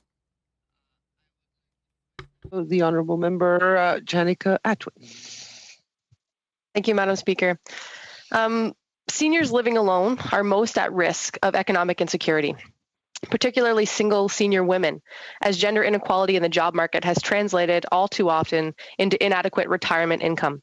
Madam Speaker, can the Minister commit to implementing a poverty reduction plan that addresses the unique challenges faced by older women? The Honourable Minister. Thank you very much for the question, and I do want to assure her that we are quite aware that this pandemic has affected typically single seniors, and many of those, given they live longer, are single senior women. So I do want to assure that we are working on this issue and that we have provided some supports already through measures like the GST supplementary payment. That is almost, on average, $400 for single seniors. So there's more work to do. We know that. We'll stay tuned. Thank you. Ms. Atwin. Madam Speaker, older women represent a high proportion of residents in long-term care facilities. Having spent their lives caring for parents, children, and often their partners, they find themselves needing care in nursing homes. Multiple outbreaks of COVID-19 in long-term care homes in Canada have highlighted systemic gaps that senior and elderly women may face in such facilities, as well as the working conditions that the female-dominated ranks of nurses and personal support workers. Madam Speaker, can the Minister commit to implementing a federal strategy for long-term care homes that recognizes quality of life for residents and working conditions for the employees, ideally one that goes hand in hand with a poverty reduction plan and enhanced home and community care investments across the country? The Honourable Minister. Thank you very much, Speaker. And I do want to thank the honourable member for her question. It's an important one. We are, obviously deeply saddened by the outbreaks that have been going on in long-term care facilities and those that have lost their life. And we do recognize. Sorry, we do recognize that the administration of long-term care and palliative care is the responsibility of provinces and territories. However, we have been taking a Team Canada approach, and as you already know, that we've been doing tremendous work with them to try to assure that those that live in those facilities can be well cared for and be safe. And we're doing that with guidelines. Ms. Atwin? Sorry. Madam Speaker, from May 4th to 10th, we are observing Mental Health Week. We know that our essential workers right now are experiencing unprecedented levels of stress and anxiety on top of putting their own physical safety and health on the line. Most of these workers work in precarious jobs with no access to paid sick leave, vacation, and without any benefits to access mental health services. Apart from the very welcomed investments in online resources, can the Minister explain how the government will support these workers now and once the crisis is behind us? Minister. Thank you very much.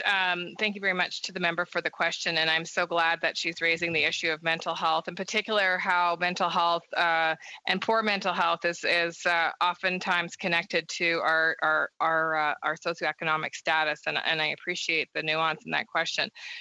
She's right. We do have new resources that are available to all Canadians free of charge through the Wellness Together portal, but there is more to do, and I think the announcement of top-up wages, for example, that the Prime Minister spoke about today are another example of how we're taking the health and wellness of all low-income Canadians very seriously. We know that mental health is not divorced from socioeconomic status, and so I look forward to working with her more on other measures we can take together.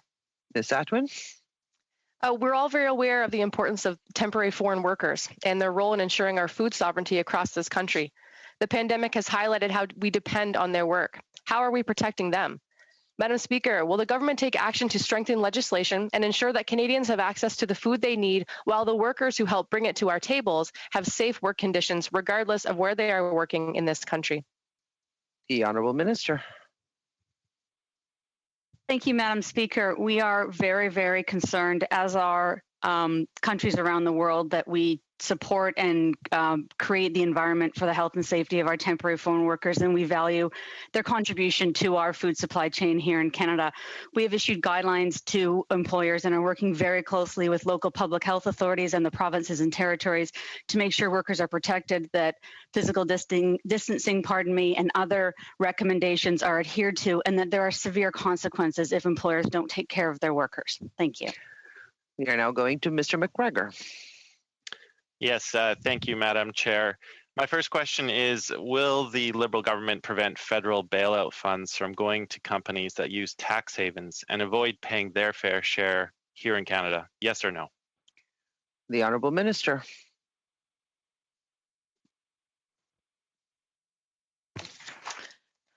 Madame la Présidente.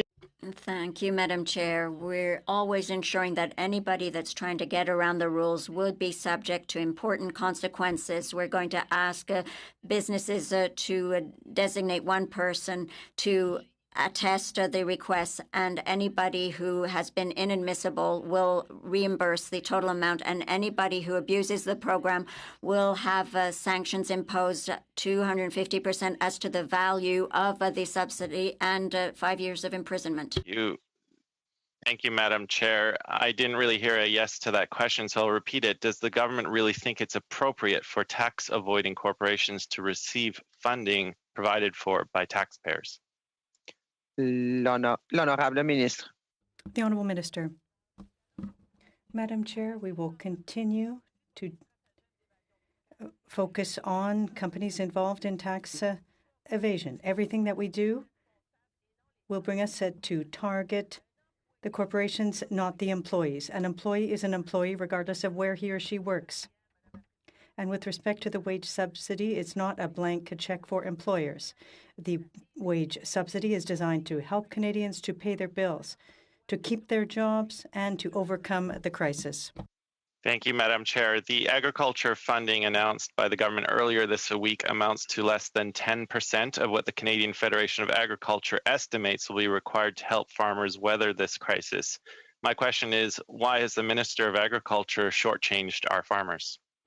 L'honorable ministre. The Honourable Minister. Speaker, this is one more step. This was one more step. We have already committed significant support to our farmers through different programs, and we will do more. And I have to just remind my colleague that we have put $5 billion through FCC, $50 million for the temporary foreign workers, 102 times the $50 million for pork and beef producers this week, $77 million for food processing. And this is only the beginning, and we should not forget that the business risk management programs are still there to support. Mr. McGregor. Yes, Madam Chair, but we're nearly 2 months into this pandemic, and this announcement only came this week. Farmers need certainty. When can farmers expect further updates on funding, and how much will the government be providing? The Honourable Minister. Thank you. We are working closely with the farmers, with their representatives to identify where the gaps are. But once again, we have made improvement to the agri-stability program. They can get, depending on the province, either 50 or 75% in advance payment. And they can also right now access to their Agri-Invest program. And there's more than $2 billion ready to access today if they have Mr. McGregor. Thank you, Madam Chair. Federal disability recipients and seniors on fixed incomes have been hardest hit by cost of living increases from COVID-19. If we acknowledge that $2,000 per month is the minimum needed to get through this time, why are they being asked to survive on far less? When can they expect assistance, and how much will they receive? The Honourable Minister. Sorry about that. Just wondering, I was trying to do it the other way you suggested, but anyway, I'm going to do it the way that going on mute. My apologies. So I just want to make sure that that people realize that we have provided some assistance through the GST benefit, supplementary benefit. We are also providing support to those that are still working, and we have done that by allowing them to access the CERB. There is more work to be done, so you'll be hearing more in the near future. Thank you, Mr. McGregor. Thank you, Madam Chair. I think as we've heard through today's question period, there are countless examples of this government designing programs to exclude many small businesses that desperately need help. Whether it's the payroll requirements and other eligibility, we still, to this day, almost 2 months into the pandemic, have too many small businesses falling through the cracks. My question, Madam Chair, is why has the government taken this approach, and when can we finally expect fixes to the whole system? The Honourable Minister.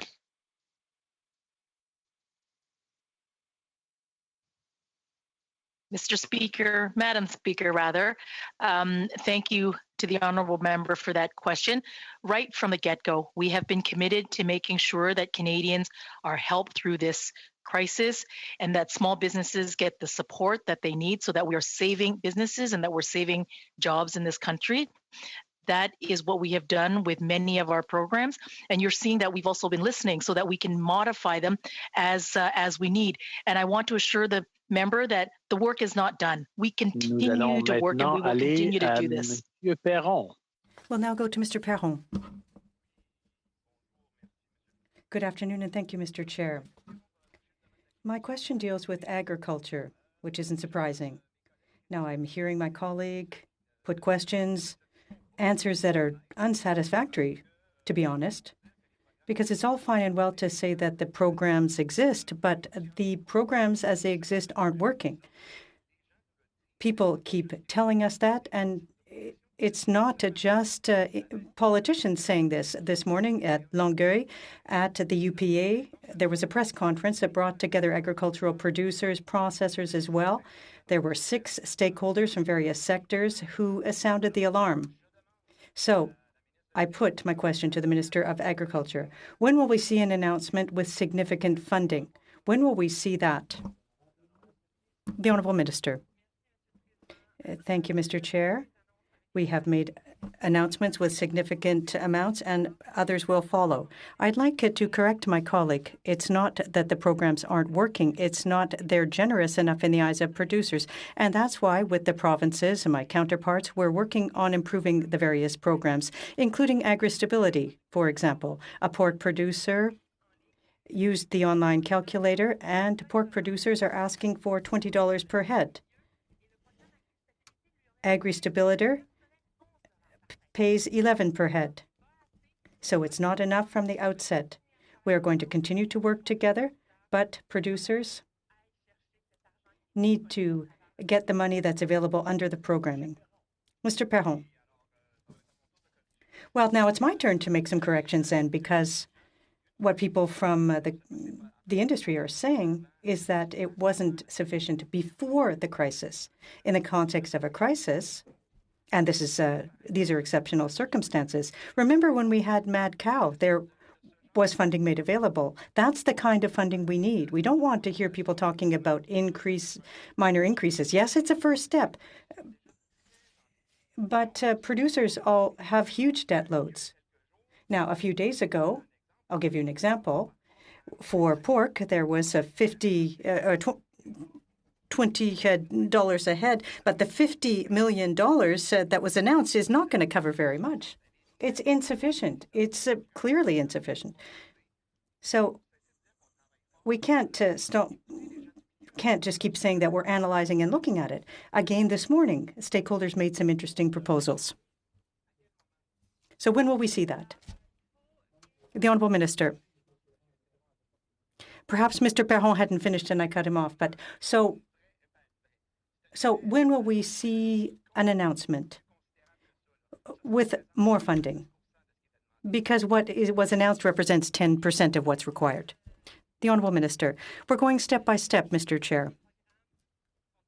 The programs are in place. We want to improve them. We are committed to doing so. These are cost-shared programs with the provinces. However, what I would point out that with respect to agri-recovery, we made an exception and we're proceeding in all jurisdictions where there are pork producers for pork and beef. Those are two envelopes of 50 million to absorb costs, additional costs rather, because of the reduced processing capacity in the facilities. And it wasn't available. It's something we put on the table this week. And as the Prime Minister said, we're going to be doing more. We're going step by step. Mr. Perron. Well, Mr. Chair, what we understood from the committee is that it's not the $125 million isn't new money. It's money that was already in the system. So when they say, yes, we've got programs, we can't say that they're new programs. There's something not working or something doesn't make sense here. Now, there are a number of ways that we can inject funding. When we look at compensation, now, as you know, everyone knows that there are additional losses.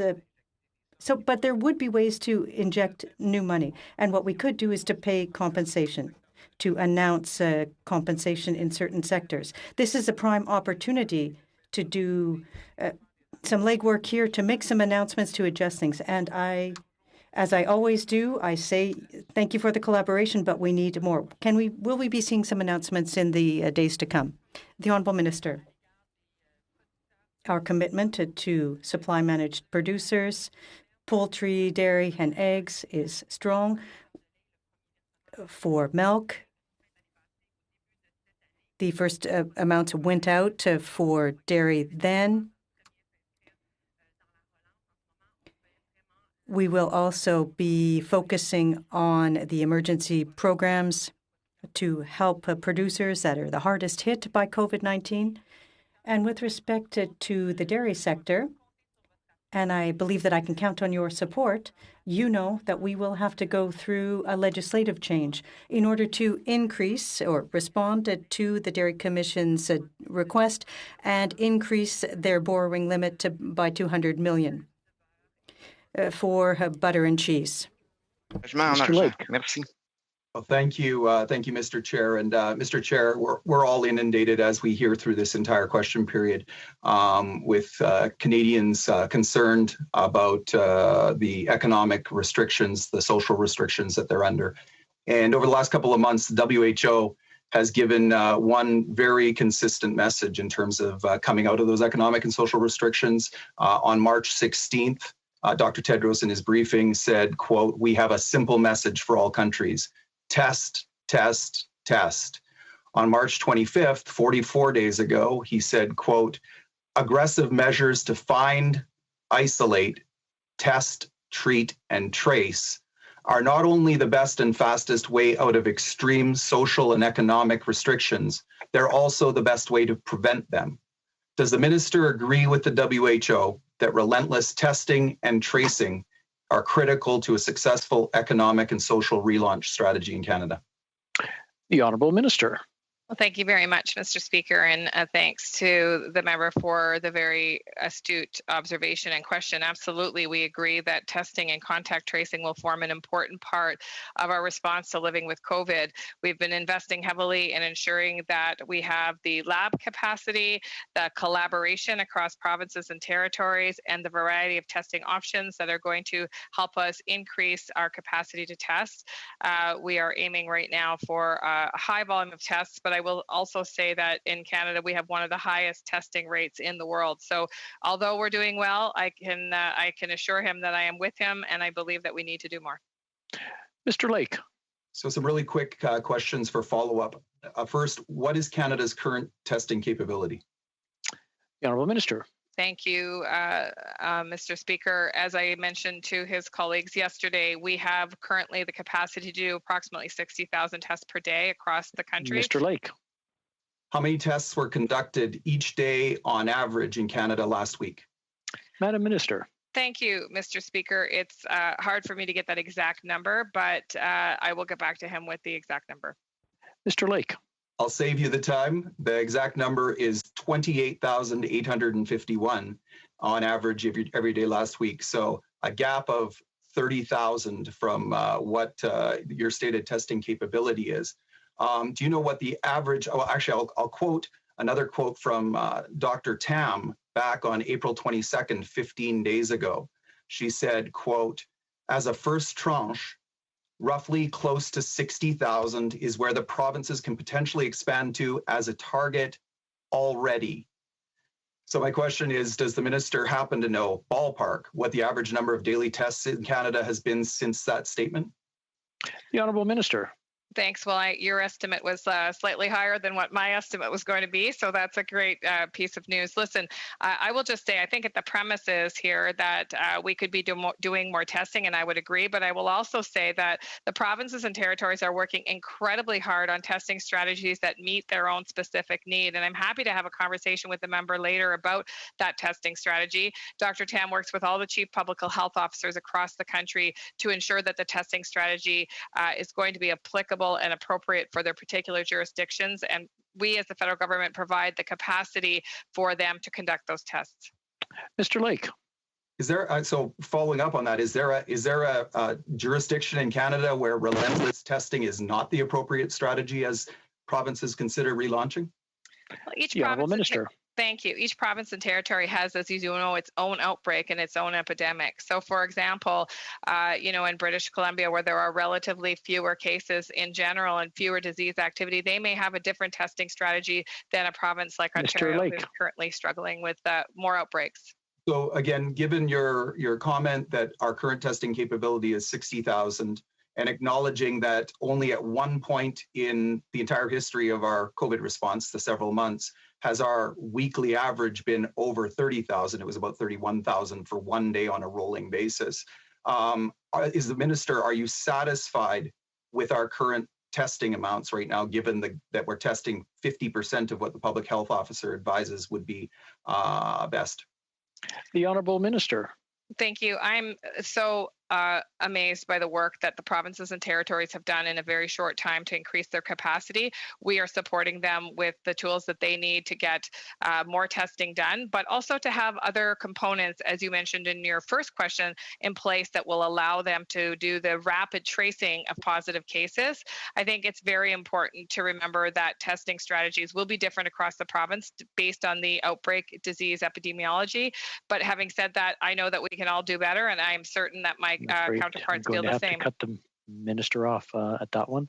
And I want to thank everyone for the session today. I think it went rather well. I'm very proud of all of you and proud of ourselves for what we've managed to accomplish. The committee stands adjourned until Tuesday, May 12th, 2020 at noon. Thanks, Mr. Thank you. Speaker. Bye-bye. Speaker. Thank you, Mr. Speaker. Bye, everyone. Mr. Thanks, Chair, everyone. is it possible to speak with you in for a moment? Yeah, Bonne journée à tous. Did you want?